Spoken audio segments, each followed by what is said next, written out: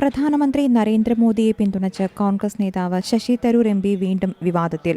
റഷ്യയ്ക്കും യുക്രൈനും ഒരേ സമയം സ്വീകാര്യനായ പ്രധാനമന്ത്രിയാണ് നരേന്ദ്രമോദിയെന്നും ലോകസമാധാനം സ്ഥാപിക്കുന്നതിൽ പങ്കുവഹിക്കുവാൻ കഴിയുന്ന രാജ്യമായി ഇന്ത്യ മാറിയെന്നും ഡൽഹിയിൽ ഒബ്സർവർ റിസർച്ച് ഫൗണ്ടേഷൻ വിദേശകാര്യ മന്ത്രാലയത്തിന്റെ സഹകരണത്തോടെ സംഘടിപ്പിച്ച റെയ്സിന ഡയലോഗ് സമ്മേളനത്തിലാണ് തരൂർ പറഞ്ഞത്. കേന്ദ്രത്തിനെതിരെ താൻ മുൻപുന്നയിച്ച വിമർശനം തെറ്റായിപ്പോയി എന്നും തരൂർ സമ്മതിക്കുന്നു. കോൺഗ്രസ് പ്രവർത്തക സമിതി അംഗം കൂടിയായ ശശി തരൂരിന്റെ വാക്കുകൾ ബി.ജെ.പി. കേന്ദ്രങ്ങൾ വ്യാപകമായി പ്രചരിപ്പിക്കുകയാണ്. പിന്നാലെ ബി.ജെ.പി. സംസ്ഥാന അധ്യക്ഷൻ കെ. സുരേന്ദ്രൻ ഉൾപ്പെടെയുള്ളവർ സമൂഹമാധ്യമങ്ങളിൽ തരൂരിന് നന്ദി പറഞ്ഞ കുറിപ്പുമായി രംഗത്തെത്തുകയും ചെയ്തു. തരൂരിന്റെ ആർജവവും നിഷ്കളങ്കതയും എപ്പോഴും താൻ പ്രശംസിക്കുന്നുവെന്നും സുരേന്ദ്രൻ കുറിച്ചു. മോദിയെ ആദ്യം എതിർത്തുവെന്നും പിന്നീട് മോദി നയതന്ത്രത്തിന്റെ വിജയത്തെ പുകഴ്ത്തുന്നുവെന്നുമുള്ള തരൂരിന്റെ നിലപാട് സ്തുത്യർഹമാണ്. മറ്റുള്ള കോൺഗ്രസ് നേതാക്കളിൽ നിന്ന് വിഭിന്നനായി പ്രധാനമന്ത്രി നരേന്ദ്രമോദിയുടെ കീഴിൽ ഇന്ത്യയുടെ ആഗോള രംഗത്തെ വളർച്ച താങ്കൾ കാണുന്നുവെന്നത് പുതുമയുള്ള കാഴ്ചപ്പാടാണെന്നും സുരേന്ദ്രൻ കുറിക്കുന്നു.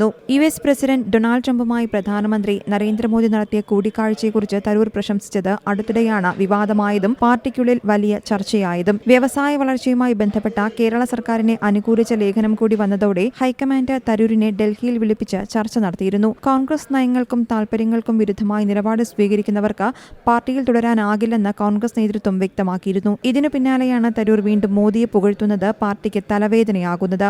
വിവിധ സംസ്ഥാനങ്ങളിൽ തെരഞ്ഞെടുപ്പ് നടക്കാനിരിക്കെയാണ് കോൺഗ്രസ് ഏറ്റവും വലിയ എതിരാളിയായി കാണുന്ന ബി.ജെ.പിയുടെ പ്രധാനമന്ത്രിയെ തന്നെ പുകഴ്ത്തുന്ന നിലപാടുമായി തരൂർ രംഗത്ത് വന്നിരിക്കുന്നത്. ഇതിൽ കോൺഗ്രസ് നേതാക്കൾക്കിടയിൽ കടുത്ത അതൃപ്തിയാണുള്ളത്. അതേസമയം രാഷ്ട്രീയ നേതാവ് എന്നതിനപ്പുറം പ്രതിച്ഛായയുള്ള തരൂരിനെതിരെ അച്ചടക്ക നടപടി സ്വീകരിക്കുന്നത് രാഷ്ട്രീയ എതിരാളികൾ ആയുധമാക്കാനുള്ള സാധ്യതയിലും പാർട്ടി നേതൃത്വത്തിന് ആശങ്കയുണ്ട്.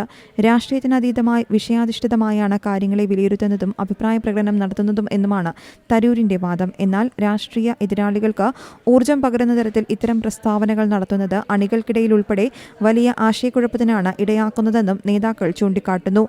നേരത്തെയും കോൺഗ്രസ് വിരുദ്ധ നിലപാടുകൾ തരൂർ സ്വീകരിച്ചത് പാർട്ടിക്ക് വലിയ തലവേദനയായിരുന്നു.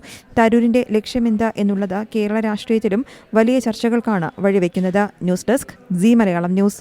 ഏറ്റവും പുതിയ വാർത്തകളും വിശേഷങ്ങളും വിരൽ തുമ്പിലറിയാൻ സീ മലയാളം ന്യൂസ് എല്ലാ ഡിജിറ്റൽ പ്ലാറ്റ്ഫോമുകളിലും ലഭ്യം.